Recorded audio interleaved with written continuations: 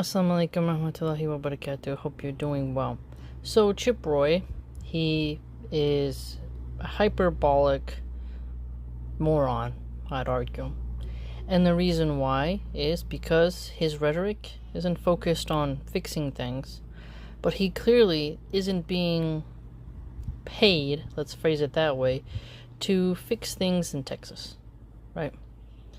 He's not looking at pollution, job security, AI, nothing like that. Making sure ranchers can keep their ranches, lowering property taxes. No. Instead, he's running around saying the sky is gonna fall because Muslims exist in Texas.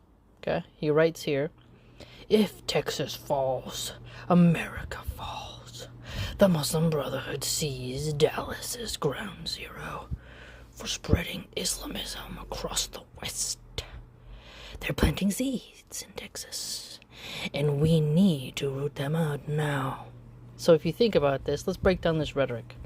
So if Texas falls, America falls, no. California and New York are really important, the coasts essentially, for the jobs. You know, New York City is a financial area, and then California has Silicon Valley, the culinary arts scene, a lot. Hollywood. So, New York and California, they're more important than Texas. You know, at this point, for me personally, yes, just because Joe Rogan moved down there and tried to create the Austin comedy scene, that doesn't then mean Texas is as important as California and New York. It is a border state, so it's important for that, and their beef is delicious. But other than that, they're not really powerhouses of culture. Cowboy hats and country music is like stale. Like, you can go in California, you can go to Chinatown, you can go to see communities that are Latino.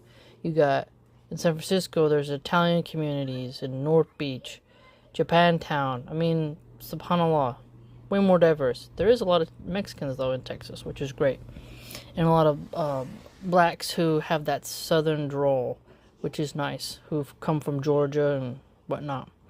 So I'm not knocking Texas entirely, but it's kind of stuck in the past of John Wayneism, I'd argue. Further, this whole talk about the Muslim Brotherhood, you know, I keep hearing about this, and I do really honestly believe it's a distraction. Why? Because this type of fear-mongering, I really honestly believe that it's gonna just try to push people to go die in the desert again. This time with Iran. America has an obsession with, like, meddling in the Middle East. If you look at our history as a country, how often we're, like, wanting to warmonger and what it takes to be the hegemonic force, you begin to notice, like, we always have to have a boogeyman, and we can never just chill. I know that sounds kind of hippie, but why can't we just have better schools? Why can't we make it easier for women to stay home? Why can't there be more hospitals being built? There's been a closure of over 700 hospitals. Look this up. That's not good. Not good at all. Puerto Rico is an American territory, yet isn't doing very well. Why can't we fix them? Think of all the wildfires from Hawaii to California. We need to help these these states, territories, become better, okay? And we need to protect the wildlife in Alaska. But Chip Roy, he seems obsessed with Islamism, and don't let them confuse you. This is a little trick, a semantic trick that they do where, oh, well, we don't hate Muslims. We just don't like Islamism, and Islamism is political Islam. And it just shows you that these Christians, they don't even want a Christian theocracy. They don't want their religious texts to be used on the executive, legislative, and judiciary branches because they like the little sin. that the atheists give them. So that's why they fear real conservatives, such as Muslims, making women modest again, shutting down gambling centers, getting rid of the sedatives, that is the drug culture. America's drug culture is very high, and Christians have failed to eradicate that. In fact, Christians don't even want people to have a bag of chips if they're poor, if they get EBT. People search for things to relieve suffering through food, intoxicants, other bad habits, gluttony, hedonism, drug addiction. These are modes where people try to get dopamines and adrenaline and an uptake, a sort of boost to their mind, so they're not just wallowing in depression, because the American landscape is depressing. And more people who are born in America, they're waking up to how inverted our culture is. They meet Muslims. They say, wow, look at this. They're stoic. They're patient. They're not cucked to women. These satanic, occultic women don't have as much power over those men. And look, they can have more than one wife, so they're not forced into this prison of monogamy. It's fascinating, truly. And they celebrate masculinity. And they teach each other to be unified, to worship one God, to not have idols. This is a bright light in a dark tunnel. And the Christians, I think, like Chip Roy, realize this. And so they're going around trying to create ways to create fear, to undermine Islam. And how do they do that the best way? Well, neoconservatives, the warhawks, they do this through calling every single tough Muslim man a terrorist, and every woman who's modest and covers an extremist. And then they call that Islamism. Okay? And he says they're planting seeds in Texas and to root them out.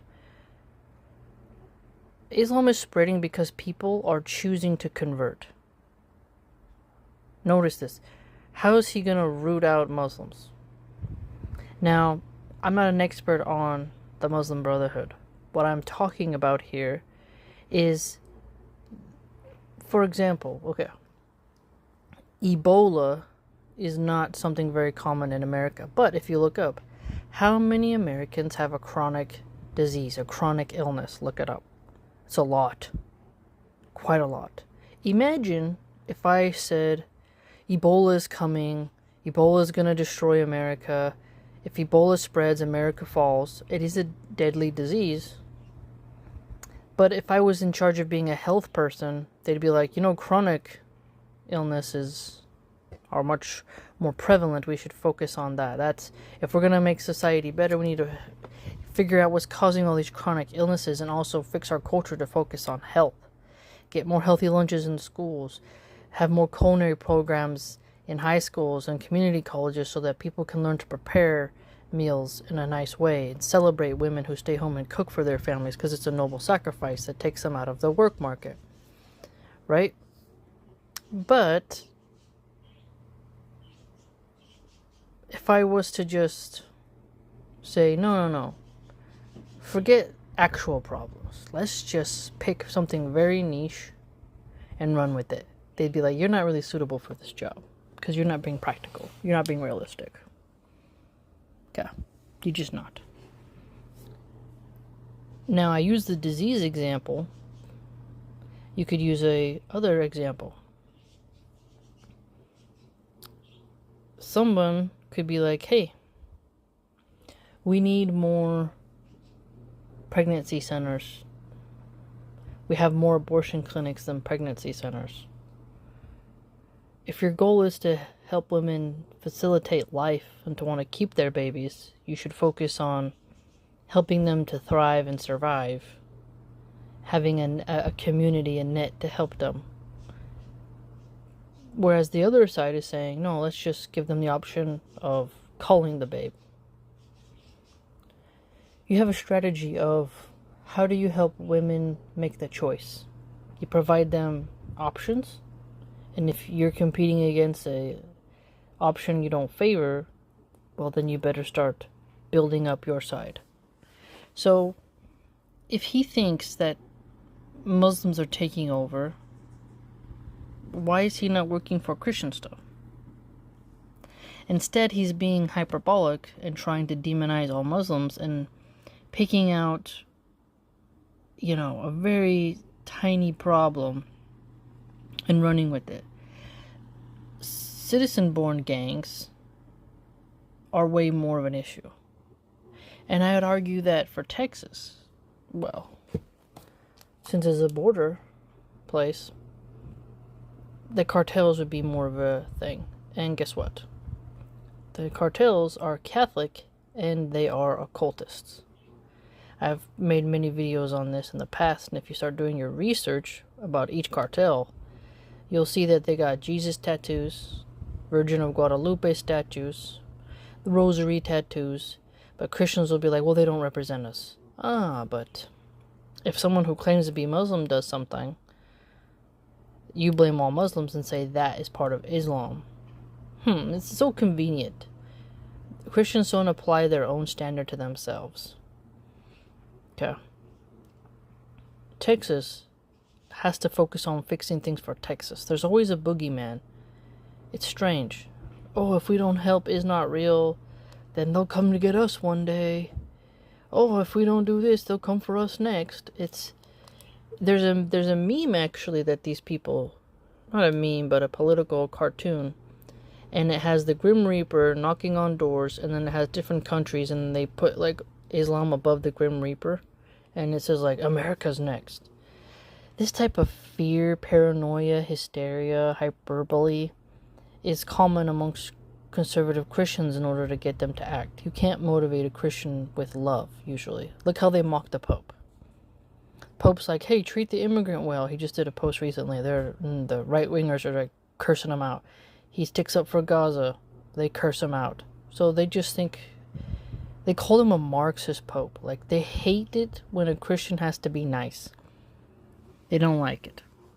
Meanwhile, they'll brag to Muslims and say, we're the loving religion. And then they cheer as EBT gets cut.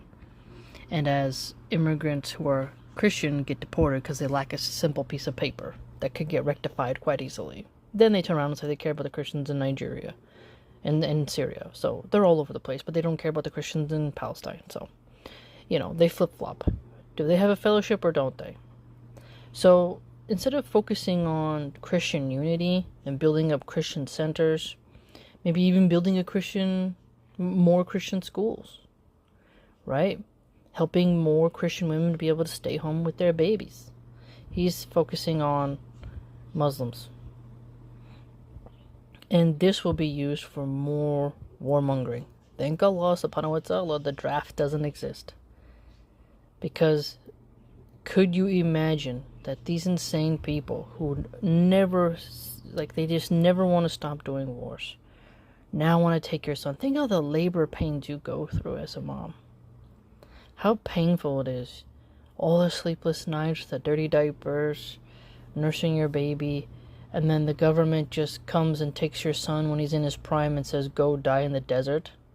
Because these politicians can't get along. Because foreign leaders can't get along. Because wars today aren't fought on really important things. There are trade deals, tariffs. These dusty old people can't get along. They can't work it out. They're drinking champagne while you're trying to have a coffee from 7-Eleven. And they're like, yeah, enlist your kid to go die. And then your kid dies in the war. You're alone in your rocking chair, looking at baby pictures, wondering what was it all for? Chip Roy's laying the groundwork in order to condition the American people to go to war with Iran. Okay. They want war with Venezuela, with the cartels in Mexico, with Russia and China. They want to fund Ukraine's war, and they want to fund Is Not Real's war. It's like fascinating how America is a military empire, and we look at North Korea and think, wow, why are they this little hermit kingdom that's always militarized? But when we look at America as well, it's like, subhanAllah, just this. You could argue, you know what? You could argue that America worships the god of war and god of money, that they're pagans. It says one nation under God, which we tend to think of the Abrahamic God.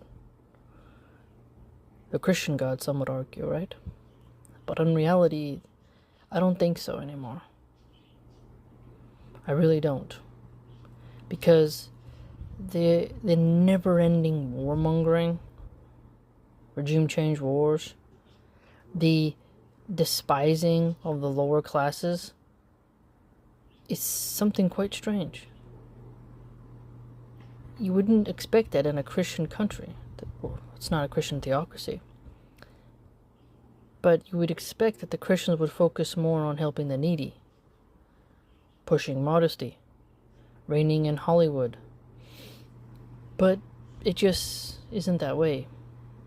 If Christians really were conservative, they wouldn't hate Muslim conservatives. Right? Islamism is not spreading across America. They just think that anyone who is a Orthodox Muslim is an extremist, because they're so watered down, they're so liberal, that anyone who actually follows their religion is somehow an extremist. So shame on Chip Roy. It's ridiculous. Truly. May Allah subhanahu wa ta'ala guide him, because he's truly a moron.